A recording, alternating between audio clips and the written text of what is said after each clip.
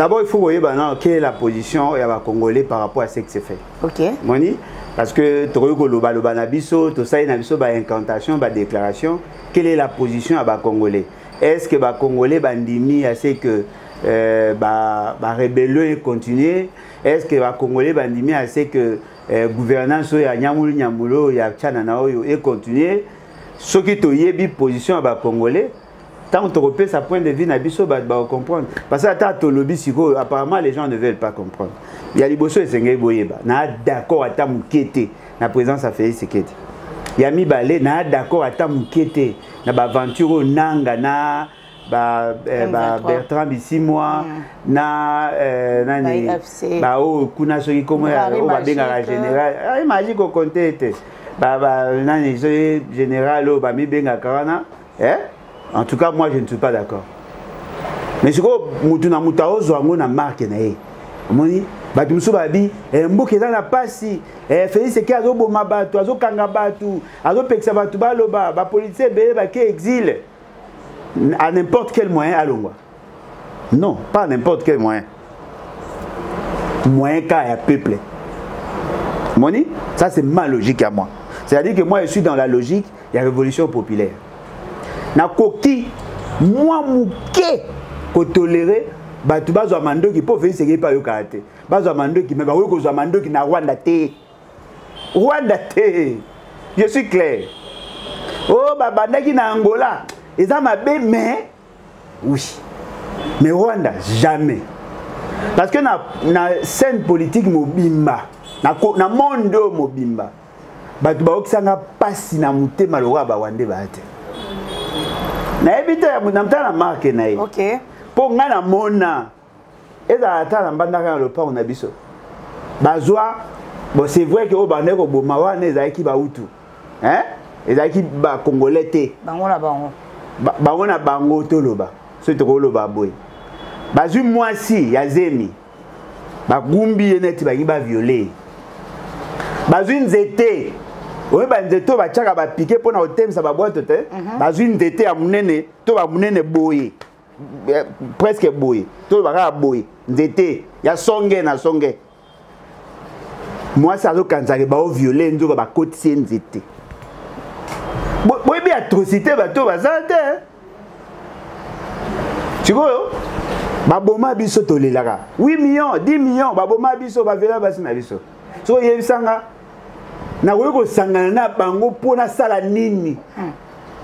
Ça je ne tolérerai jamais. Siko bango ba kei na ba bilo na bango le but en interne na Doha ba préparer ba ça en termes de référence. Mais je pensais que et c'est ba kenda que zaki dialogue te. Je pensais que zaki pour ba préparer dialogue. Siko bino na préparatif kaka déjà na niveau de préparation bo pesi ba conditionnalité na bino ya koloba ke dans 10 jours to pesio sur note to kozakisangana c'est donc dialogue les souté alors que kisangana on peut eza pena ceux qui ba kisangani ba maman bazwa déjà kisangani ndimanga bazwa déjà maman ndimanga etikaka ba formalité ba uti ko liko maman on a walikale ba solo lipo ba like sa bonne fois na bonde ba bin ba bunda kuna muta wa bunda pona Félix Sekedi azate bolota c'est-à-dire bakendaki pour que ba concevoir terme de référence chaque partie a un cahier de charges batala maintenant comment harmoniser leur point de vue bakotala ba o bakoyi ko planning facilement et les restes bakotala siko ba créer cadre pour na koya ko débattre sur ba point de divergence. Siko bino déjà vous tirer conclusion. Siko sala ngote dans 10 jours, ça dit bazwa kisangani. C'est que dialogue en veut dire que hello bo ça pour les aventure. Alors, ceux qui va jouer kisangani après ouais kasi wana moyen ko koisa tata mukambie ko po ba ebi keno akolinga te kisangani eke mama Félix Sekedi asa koya kala depuis akoya kala bango ne ba me mabino na raisonnement na bango na plan na bango na poser la question Félix Tshisekedi na Kabila tango basala ka forfaiture électorale il y a le 10 janvier 2019 bayoka nani d'après bato ya IDPS na bato ya Kabila bayokana nini bayokanaka Félix Tshisekedi a chauffé chaise à la Pantin pendant 5 ans après azongisa kiti ya Bokondi bayokanaka et pas moto a pesaka ye.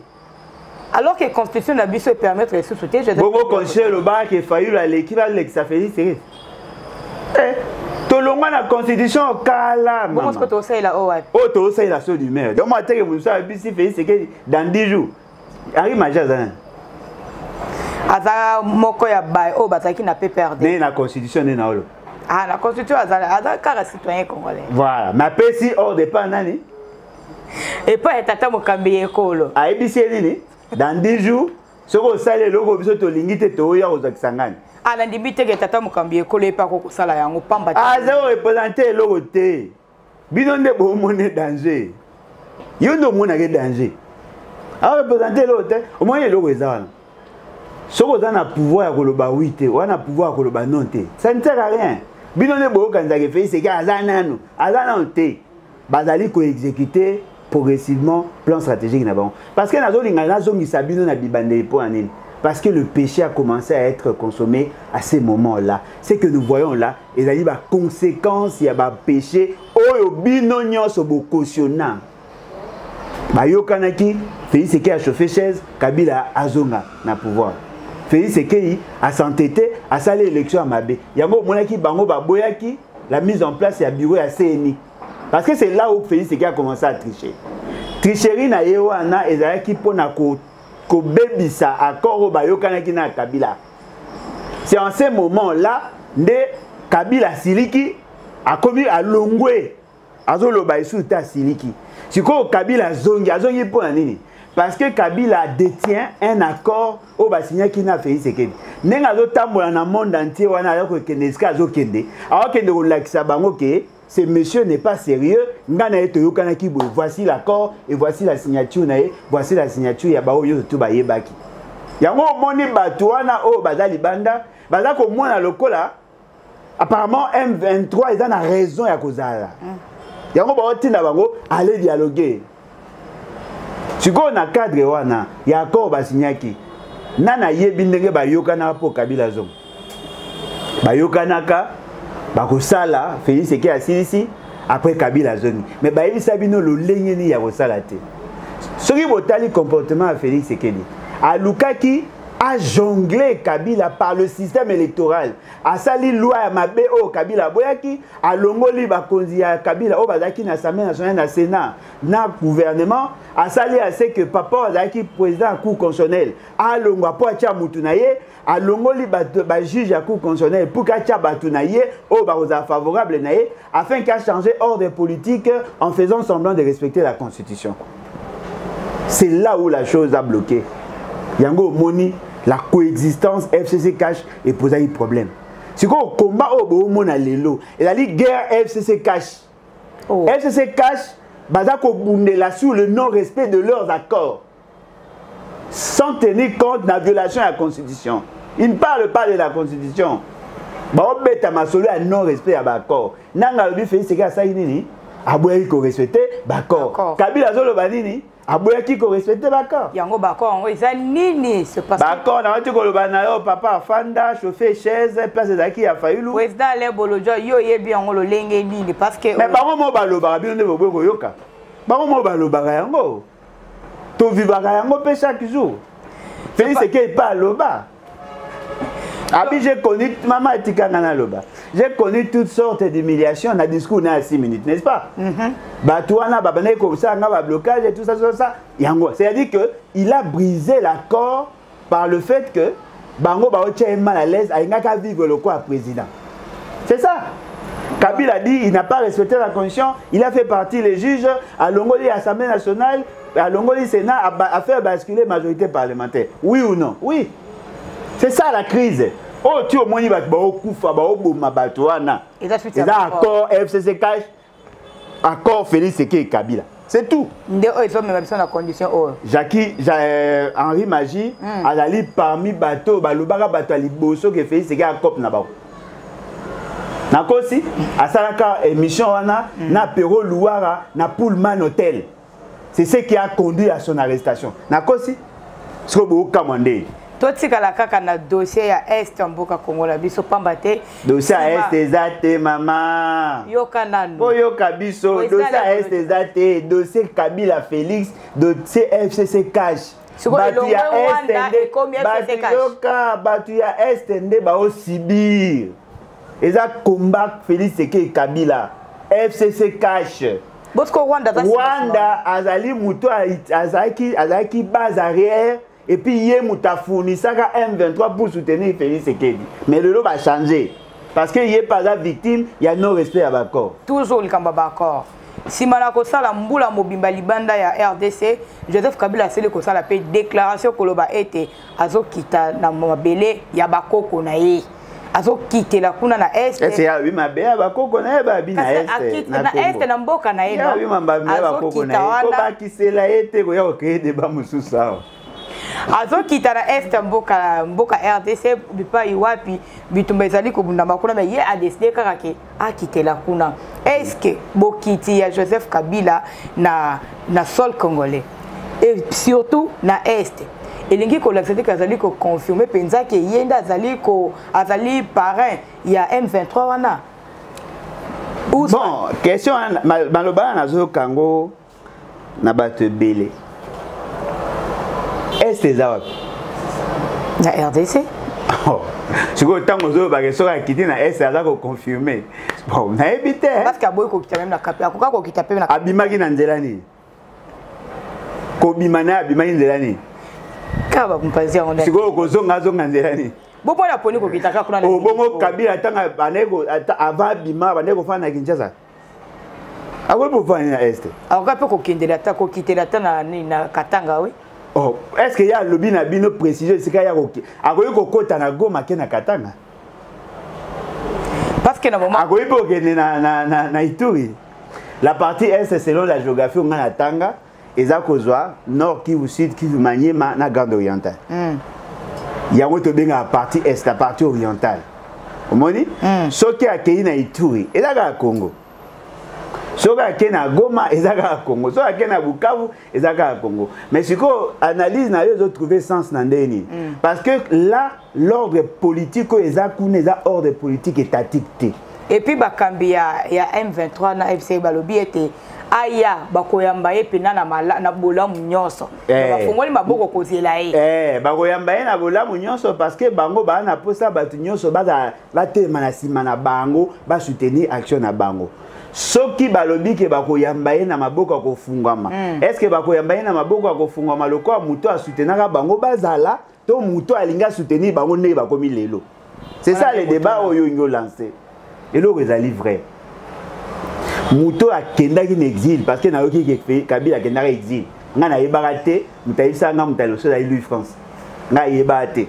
Nga ba yebis ba kosaka nga ki akenda kotanga. Mais après, a posé nga question que ba yebis nga mene me o soutenaka yete pour akenda exil. Nga yebarate ka kenda exil. Na yeko yoka ki akenda exil. Awa pe ba baza koloba akendaki exil azako zonga. Soka akendaki exil. Et que ba raison oyo esalaki ki akenda exil. Et si là qui a été, apparemment, il faut pas kangaye. Parce qu'il y a à la base, il y a dossier wana. Dossier judiciaire exact, mais mouto a su que Bello na moni a commis moi tout ça. Oh, il y a ministre Nabino wana. Constant Tamba. Gata comment mutute. Yé azako lo bazan na ba élément de preuve incriminant Kabila. Donc Kabila soka yawa aye pour affronter la justice. Soka yawa il faut que Nessi quoi à l'abri contre Bato Bazar. Ce que vous me imaginez, si Kabila n'était pas avec Nanga et que Kabila devenait aujourd'hui formellement avec Nanga, bon, moi, je fait ce qu'il a commis plus proche. Parce qu'il y a des militaires dans ces pays qui ont fait allégeance à Kabila, qui sont encore là. Ces gens-là, ba position à Kabila, est-ce qu'Azali pour ou Azali contre? Si Kabila se disait ouvertement que je soutiens Nanga, je suis derrière Nanga, ou bien Nanga Nazako coordonné Nyoso. Bitumbero comme plus rude qu'avant. mais azolo ba pe loroté alors déplace vous c'est pas nenga lo ba te po Félix Sekei ala taba pongi ako ça ba kosuma ni ata peso ki basangani ba américain baza sima ya Félix akoki pe ka ko banga te pamba te ba meke ba singa ba sima Félix Sekei assurer sécurité ya population congolaise au moins ba meke ba tindi ba militaire na ba sécuriser biso non c'est là ba contrôle ici ko signer mais gagnant ya ba signer encore wapi na lobby c'est là ba contrôle et ça en cours pour le signer ça en cours bon on a Ukraine kuna accord exact bino boye ba meke bien te ni ba ko balukela biso ba balukela bino te ba meke ba za clair bango ba coopérant apparemment ba ba ndenge États-Unis ça matin moi ni bateau ba ça États-Unis c'est nous les protestants. OK biso bateau ça États-Unis boluga boyeba comment sont-ils arrivés là ils allaient bateau ba fond oyo bazaki ba en tout cas l'esprit capitaliste est botamande kuna omoni bango ba pronaka la suprématie ya croyance na bango ne ba kei ba s'organiser ils ont trouvé des gens au ba ça qui obstacle ils les ont éliminés. C'est comme ça que les Américains ont été créés, les Américains ont été créés. C'est-à-dire qu'ils ont créé un contexte où on a boy. Eux ne viennent pas, eux parlent en termes d'intérêt. Les ancêtres d'entre eux sont des juifs. C'est parce que toujours américain, tout le monde peut être Mokambi école Félix Tshisekedi qui a signé annulé ba contrat nous tout a signé qui ba cabinet ya ba lobbying américain a dépensé combien a dépensé bon ebele combien yango ebele chiffre exact so to gagner na oni et que ka ofele bu ça so solide parce que envoyé spécial au ya Donald Trump asili ko kolokolo banaye été ba cabinet nous tout et sungi était alors a s'est décidé à kata contrat wana ba cabinet lobbying wana nyoso to monte ke ça quand même likanisa malamu bon wana bande ko Félix koyo et ko zonga na caisse ya l'état donc Félix Sekei moi on a chance de ndenge ya zaka wana même si il commet des bêtises de gouvernance si c'est ressaisi bobo sali mabe asali bokomi ko pesa une chance na o azo sa siko qui vous dit que mbala ça ça les rote. C'est parce que tout ça sont bon et que ne bon hauteur maman ce que tanga bimisa ki ba beta ke maboko siko a obimisa te pour comprendre que ça les bo beta maboko mais cette fois-ci a lobi ka pesa azo brader notre souveraineté aux États-Unis azo tia pays sous tutelle des États-Unis bo beta le pega maboko ba ki si monsieur simba hein neti ki si simbe t'as na comprendre parce que comme le grand envoûtement au lieu de constater que ça la bon, mais quand nous en parlions, qui voulait nous croire? On faisait sortir comme ça dans les 75 millions de dollars, 200 millions, 500 millions de dollars. C'est quoi les lobos et s'imiter, voilà pourquoi il annule. Et il vous dit non, voilà, on va signer le contrat, oui. Est-ce que vous avez déjà pris l'idée? Vous avez analysé sur le fonctionnement, il y a structure économique internationale? Pensez-vous vraiment que les Américains ont besoin de nous? Non. Les Américains étaient ici. Ils ont vendu leurs actifs miniers. Si les Américains avaient besoin de nos matières, les Américains allaient rester là. Il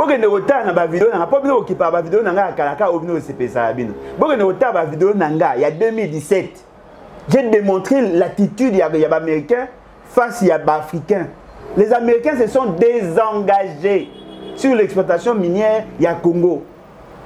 Parce que les Américains ont toutes les matières. Ils ont changé la structure économique na bango. Et les Américains pas pour avoir nos matières, mais pour empêcher la Chine à accès à la matière. Dans le bango en 2017, je prends un témoin Fabien Lumbala, il y a Télé 50. 2017, tant que Kibali Mining. Et non, bateka ki tenke fungurume mining. Na loba yango. Et puis j'ai justifié pourquoi Kibali Mining il a continuer à fonctionner dans mboka na biso. Vous rêvez bolota. Félix Sekei est en train de vous mentir parce que lui-même il n'est pas seulement menteur, il est victime de mensonge. Il ne comprend rien. Bolota. Si les autres comprennent quand il a comprend le pété. Après madame Mbessi. Même à ta koufi a comprend le pété.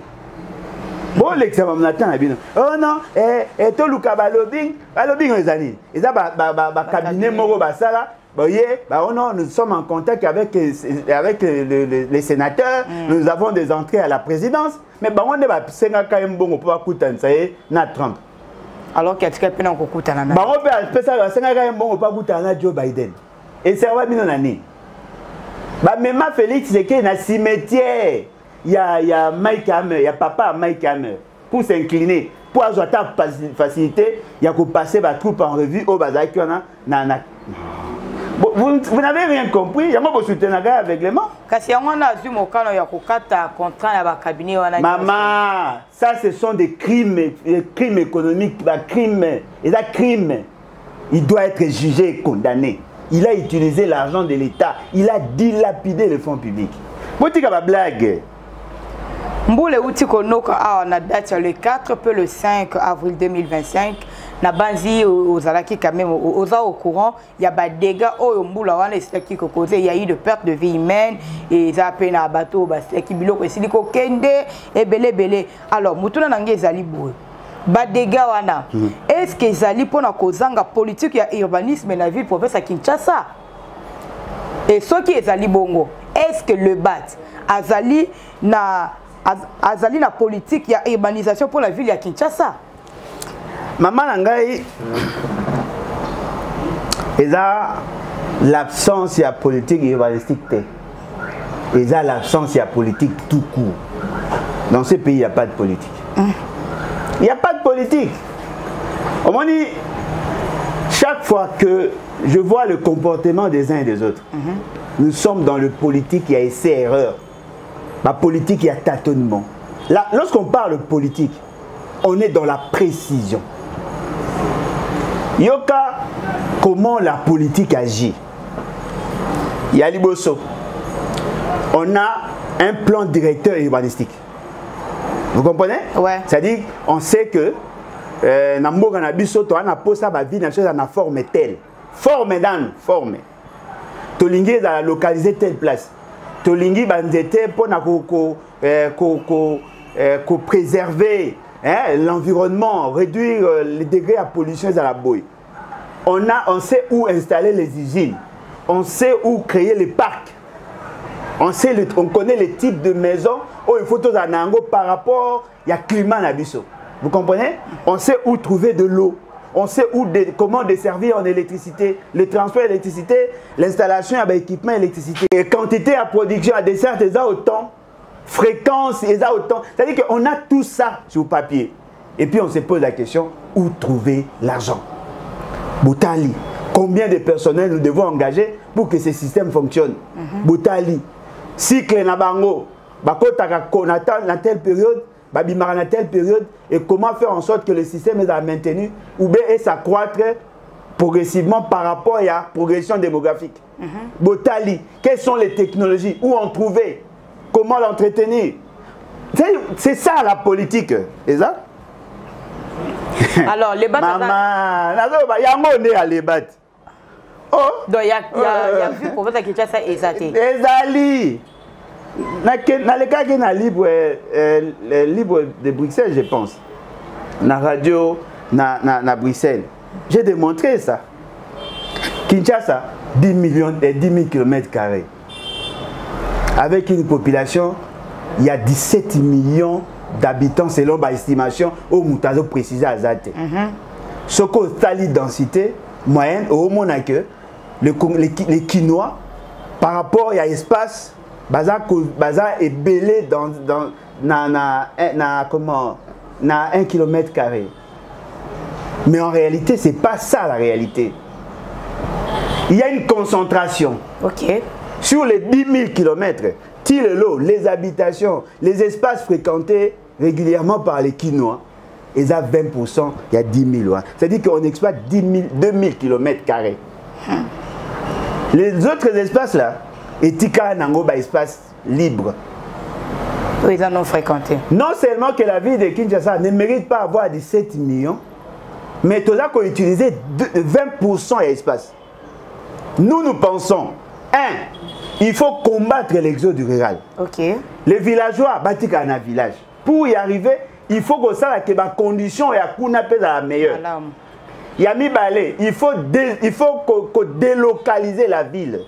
C'est-à-dire que ça a deux pôles. Biso ne to bandaka yango. Que ça bon, pas biso parti, mais biso en tant que chercheur en économie de développement. Que ça a deux pôles de développement dans la ville de Kinshasa. Mon ville à Kinshasa presque aux aléas. OK. Tokobuka une bonne partie, to retracer le système à transport. Que ça la transport na ça ma belé. Tout le monde n'a pas payé, monsieur. Que ça la ligne à transport ma casse, qu'on relie ville. Que délocaliser certains services et dans la concentrer dans la Gombete parce que format Oyo et un format Stanley. Depuis l'ortilelo, tu as la même logique. Oh, bah, pesaka espace moko et pas bah, pesaka Stanley et pas Kokongalema pour battre ton village mo eza Wenze et bandaka Wenze. Tout est centré autour, il y a fleuve et essentiellement Kotoyo. Il faut revoir la ville, les types de maisons, le traçage Anzela, les sources d'énergie. Au moins, il faut tout investir dans ça. Nous sommes dans cette logique-là. Mais pour y arriver, il faudrait que nos provinces se développent. Voilà pourquoi nous insistons sur la décentralisation. Nous devons arriver à permettre, à faciliter le développement de provinces pour réduire l'exode du rural, pour favoriser l'exode urbain.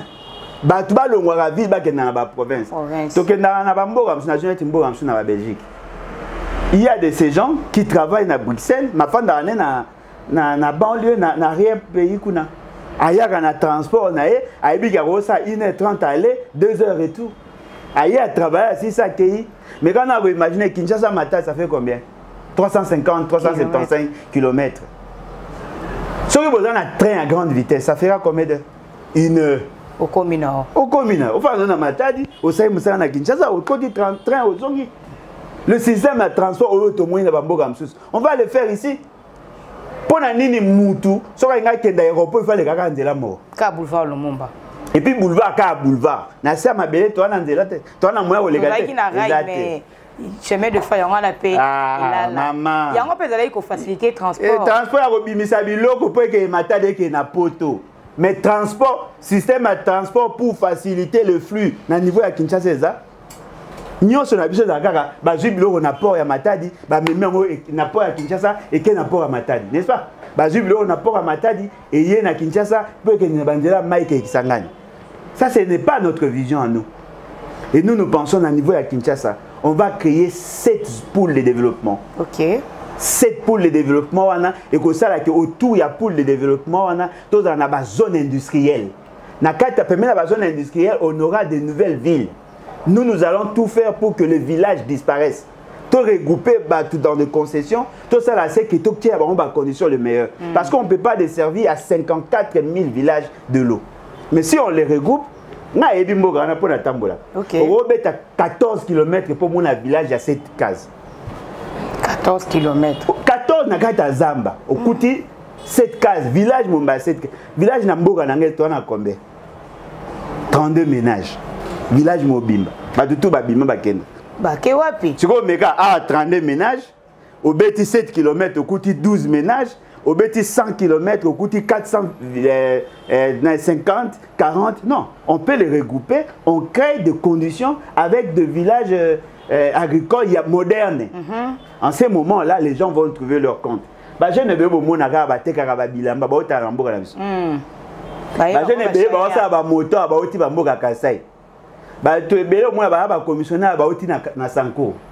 je parce qu'il n'y a rien là-bas. Aïe, on peut gagner 10 000 francs par jour. Prenons 3 $ par jour. Mais si dans son village, il y a les conditions. Alors, vous pouvez aller dans un village, vous comprenez? Manque à vision. Totikala toujours wana na inondation isilaki ko salema.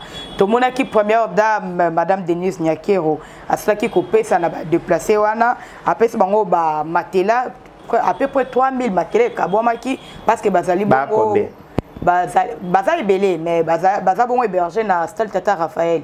Place basili ko kozala héberger ko apesa bango à peu près 3000 matela na ba couverture. Mais tolandi pe lisusu DG ya Fonarève, M. Patrick Pungu, a signé un accord.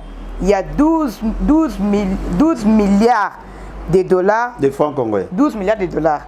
Oh, Asili ah, 12 milliards de dollars.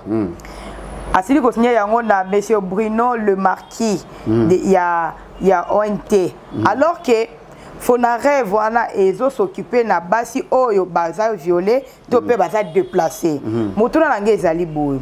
Est-ce que mbongo wana et qu'on a bien géré pour Liboso ezala qui paie 27 millions. Donc au peut-être 12 millions si je ne me trompe pas.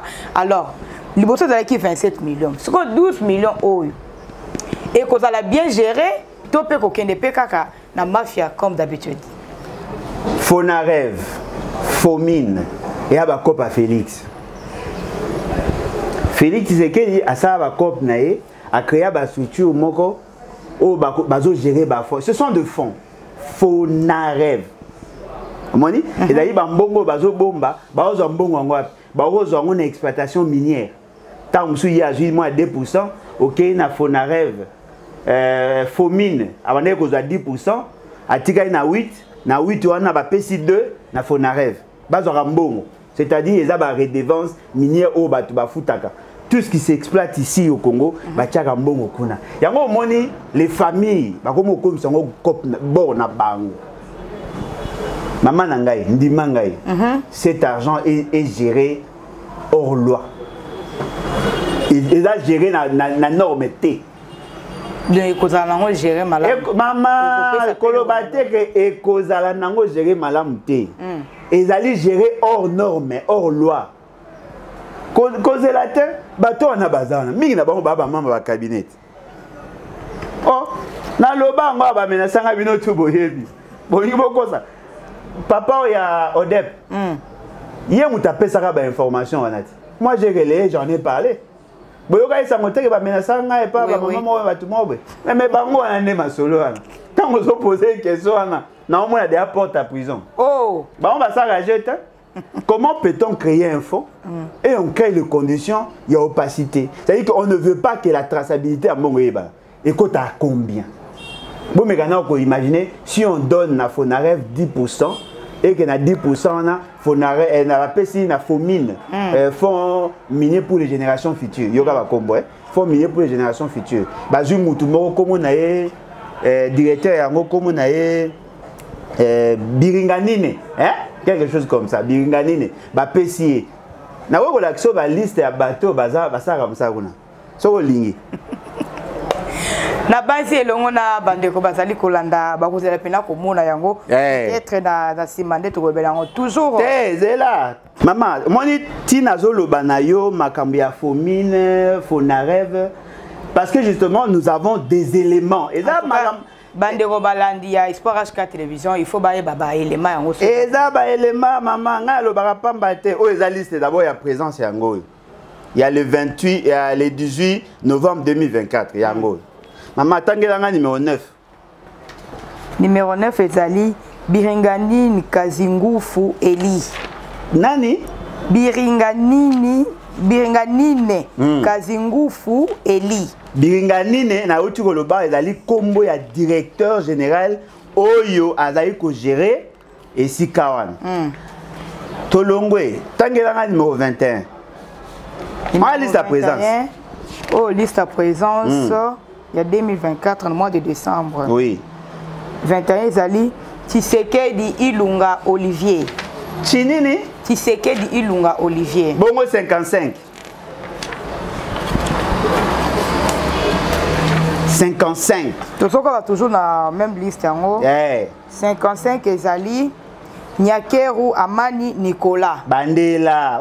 Nyakeru Amani Nicolas. Botimbeli. Bongo pour le sucre bawana alors que tout le monde peut pindi nganga di Nicolas bazalia ba kombo ezebele otangika wana misala. Non mais ba kombo ezana ce sont des cousins, des neveux, de beaux-fils, de beaux-frères au bandi Likolo Tina DG même bagarre du corps ya badimso bana ba kombo. Président Alain Bolodjo ba kombo ekokanaka. Pourquoi ozali ko ezali ba kombo ya famille maman ezali sa présence bima pamba te. Décision etchaki ba mamba bureau yango. En tout cas, il y a de preuves et de preuves. Décision yango yo. Oh, bah ça qui mise en place à bureau. Vous savez le directeur il y a Fomine wana a oti ko bima na prison. Balandela ka epona dossier il y a mes gestion en bongo. Vous comprenez? Babeti bakabali na bango babimise na prison, il vient, il annule partiellement une décision prise par son mouton à remplacer qui ou à ça qui intérim tant à na prison. Dossier na épée mamba 100 millions de dollars. To éviter sur les soukawap. Aligné tu vois ça biso et soukawap to éviter. Azui a annulé, il prétend avoir annulé cette décision. Il a mis en place il y a membres, il y a staff na il y a Moussala na yé si Kazali ya fond. Mais ce qui est surprenant, l'essentiel, il y a des membres qui nommés dans la décision il y a annulé qui reconduit.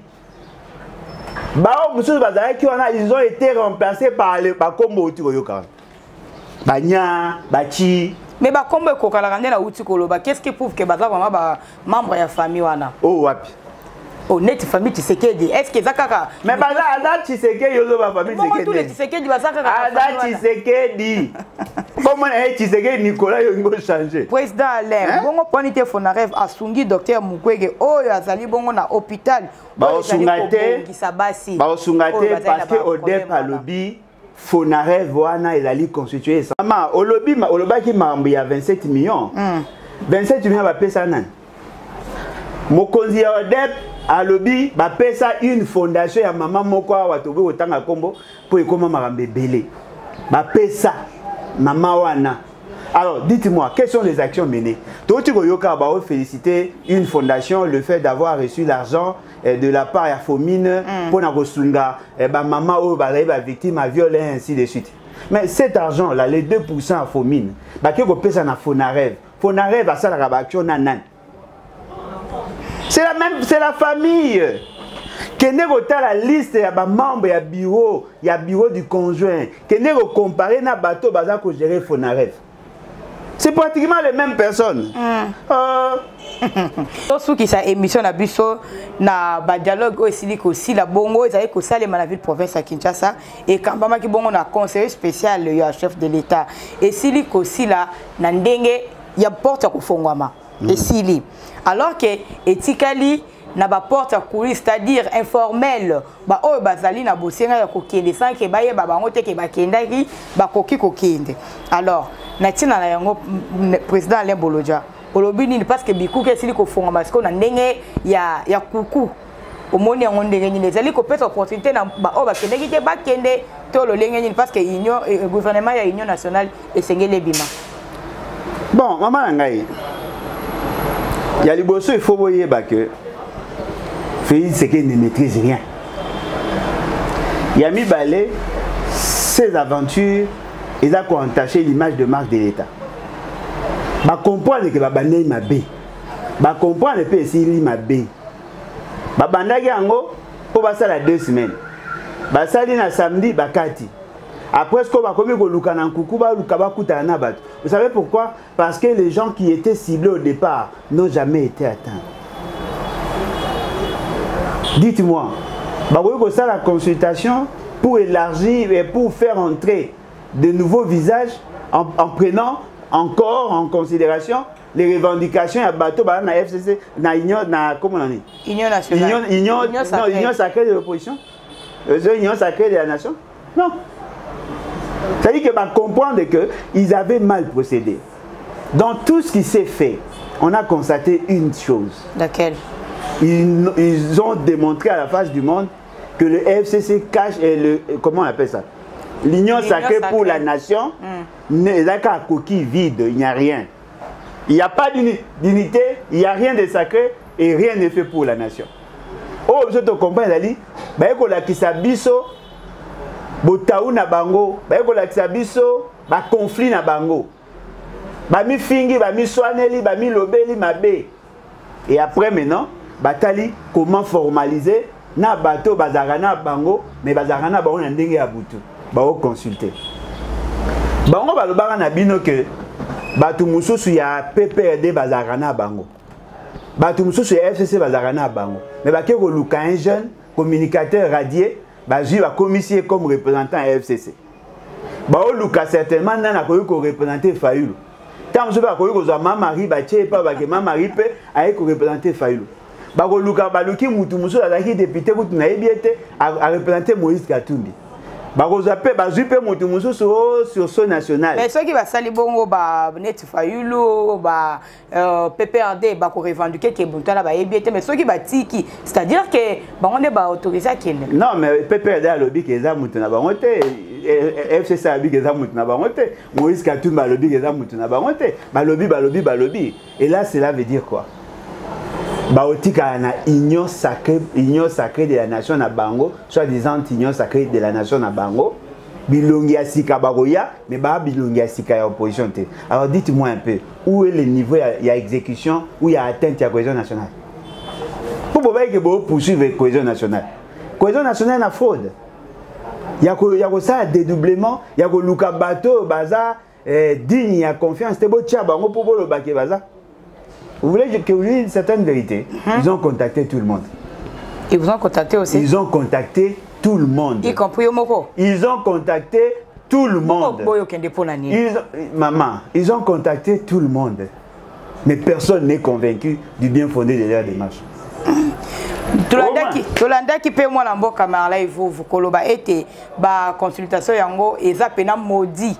Pour la ligne le biais d'Ali maudit parce que les Ali Kosa les Malanda où il y a l'ancien conseiller principal il y a de fin président Mobutu Honoré Ngwanda à laquelle il y a un mabé est-ce que tout le baké bilakel naie et puis pena et sika parce que bateau à côté est-ce que parce que c'est Malanda où il y a Honoré Ngwanda to le lengeni maman langai et Salim Mbutu vous n'avez pas idée et Salim Mbutu vous n'avez pas idée mais au final ba comprendre les bango moke ba atteindre l'objectif morte. Bon mais quand on imaginer ba contacter Alain Bolodjo. Pas Alain Bolodjo ndimi. Tokei ba kotinga gouvernement. Na koti gouvernement Félix Sekei ba longoli. Et ça est l'autre. Bon pe ko za Félix Sekei ndimi dialogue à solo. Parce que na olo ba na bino bo tchango na bo komanga na papier. Et logo Félix Sekei azo zela pour les sauver. Et ça, démarche à Senko, na SSC. Oh, mais voilà, parce que boya. Maman, ndi mangai. Boyo karape biso, bino boyo karaka bango poani. Et logo fait c'est qu'il y a zela. SSC, Senko. Oh, il y a zo espérer. Il y a un moment tiré bango ba avantage nyonso, ba sa msala. Ba tuna ba biso ba zoni ba kanga bango. Quatrième voyage ba otiko effectué, né tozo ba na Kinshasa. Baye CCP Senko. Baza na Kinshasa bazonga ki déjà. Et bon ngai bazonga nzu o mbula ba affonté kangaki, baye kozonga après. Baz neto lo ba bazawa. Papa Fulgence Muteba aza en Congo. Papa nani Bokundoa, révérend Bokundoa azawa na Congo. Pasteur Eric azawa. Ozui nani Monseigneur Chole azawa. Ozui Kulutu nanga dide mumengi. Ou à la secrétariat technique, neto lo bawa, ba ça na bango normal. Et boye bango chaque voyage, ba ça la rapport condensé à Félix Sekei. Donc moi bato ba okende guna za poani. Ba na posa gouvernement ya courte joie pour ba ebi que indemnité de sortie, na indemnité d'entrée, na CV. C'est-à-dire que so koti ata ba ça 6 mois. Yo ka stratégie à Félix Sekei. Les 15 jours bonga a publié gouvernement à Sika. Bakase a changé le gouvernement. A changé le gouvernement parce que la première ministre n'a pas démissionné. Ce qui a économé Soumino à 2. Soumino à 2, ils ont le quoi Matata à 2. Ils allaient pour préparer le dialogue. Si quand on passe dans Bango, ils allaient, n'enge batubaye banguma ba moni. Si tout le monde est servi, oh ba yé, bato ba na kati ba osilika. Yango moni ba ta ba na mino, il faut tenir compte du poids politique. C'est-à-dire que bango bato ba na union sacrée, ba linga te bato musu ba ya po ba ko kabola po ba koka ki te déjà. Siko bato ba ya ba linga ba kota. Tant ba kota wana et créer guerre entre l'union sacrée élargie. Après, ba ko préparer sur le dialogue contre biso na ba nanga na ba kabila. Tant ba ke na dialogue wana ba sololi si il s'avérait que il faut pas kabola bokondi ba bokondi ba kabola bokondi na gouvernement ba ko réduire le pouvoir ya parlement l'Assemblée nationale et le Sénat ba ko kabola bokondi na ba niveau ya ba province, c'est-à-dire que tozonga na format 1+4 mais na format siko ya awa sans toucher la constitution. Nyonso wana lo ba ponani conséquence ya kobo ya Fayulu akoma président en 2019 ti yango neto komi batu nyonso ozomona baokufa wana blocage bozomona ya pays ndenge eza bloqué désordre nyonso bozomona ezaka parce que l'accord Kabila Félix accord FCC cash ndeza ko bloquer biso. Alors dites-moi un peu, qu'est-ce que le pays a gagné 6 ans après? On n'a rien gagné là. Vraiment. On n'a rien gagné. Message clé na yo na bande kono surtout bazuli bako ya kolanda biso en direct ya Espoir HK télévision. Solution est article 64. Au moins na lo bagayango na continuer ko lo bayango. Tant qu'il n'y aura pas de révolution populaire, il n'y aura rien. Parce que moi je ne crois pas en la classe politique actuelle. Na ko préférer nanga na kwa na ba wene na ba vuvu po na ebige batoyo soki ba komi kolia mbonga kanyaka na oyeba. Pourtant na mona ka vuvu azozo ba moto owe na zo mataka ba bis na mona bango na ebige oyo. Ako da msu bata ya poto atina ke moi $2 moi $3 moi costume na yebige oyo aokunda po ana posa changement. Ba position ya yana mutu passe. Baliaka partout, bakotaka partout, ba mélange. Ceci na biso ezali que le peuple a se prendre en charge. Parce que na débat bo kende. Nani nanga fandi, Kabila fandi, Moïse Katumba fandi, Bemba fandi, Fayula fandi, bao bafandi bao solo là. Bon to longo la Fayulu. Bao ba tire ba problème te. Il y a un problème, il y a une victime, un problème. Voilà, nous mettons un point final dans l'émission de Mokolo Molelo. Abonnez-vous massivement, likez et partagez nos vidéos. Un problème, moi, Mouké. Faut y avoir un civil qui a bien la scène politique. Oh! Fais-moi un problème. Faut y avoir un problème. Au moins, il y a un problème. À Salaka, il y a un front commun. Ok. Hein? À ça, comment on les a gagné? Bloc patriotique. Ils ont une erreur. Il y a un ça que Kabila Zonga, moi, Moukena Pépé, tant que ça bloc patriotique et Boma Sultan, il y a un peu la mouki pendant pas na yango. Abona lobila kibino na bi Félix akoya kofungola bino miso. Nzambe asali ke mwana wana ya po misu nini ba kayo ezaki na miso mabino ekwea. Mission Félix azena ngo ezali misato. Mission na ya liboso ezali ko blanchir occupation. Mission na ya mibale ezali ko endormir le peuple congolais pour que mission ya misato a légaliser l'occupation et la balkanisation du Congo. Bobo sanate retenu 3 missions wana soki to stopper attenter lobby bokomi rappeler que honoré ngana ebisaka kazena 3 missions yango ya accomplir yango. Nous devons stopper ce garçon. C'est notre fils, c'est notre frère, nous devons le stopper. Et j'ai le colomoni moine ya yibi livré andako azo luka kende ko brader yango boko sauter likolo na ebo simbi ebo plaquer au sol. C'est ce que nous devons faire avec Félix. Nous devons le plaquer au sol. Pour que tu retires na maboko bato azo ba yaka ko aider. Maintenant, j'espère que ce langage là va disparaître. Pour bomoni que moto bino zo luka bo aider azena idée ya ko te ba aider ete. Azenda na idée a aider ba nguna. Alors la seule solution biso to zenango to simbaye to plaquer au sol. Félix a lambi cocktail Molotov. Bokeba. Koto tika kulzila.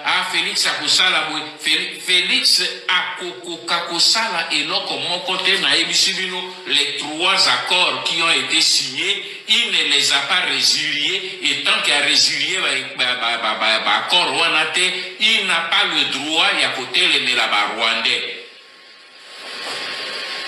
Yango wana na lobi bandeko bangai ba Congolais ba jeune l'heure a sonné.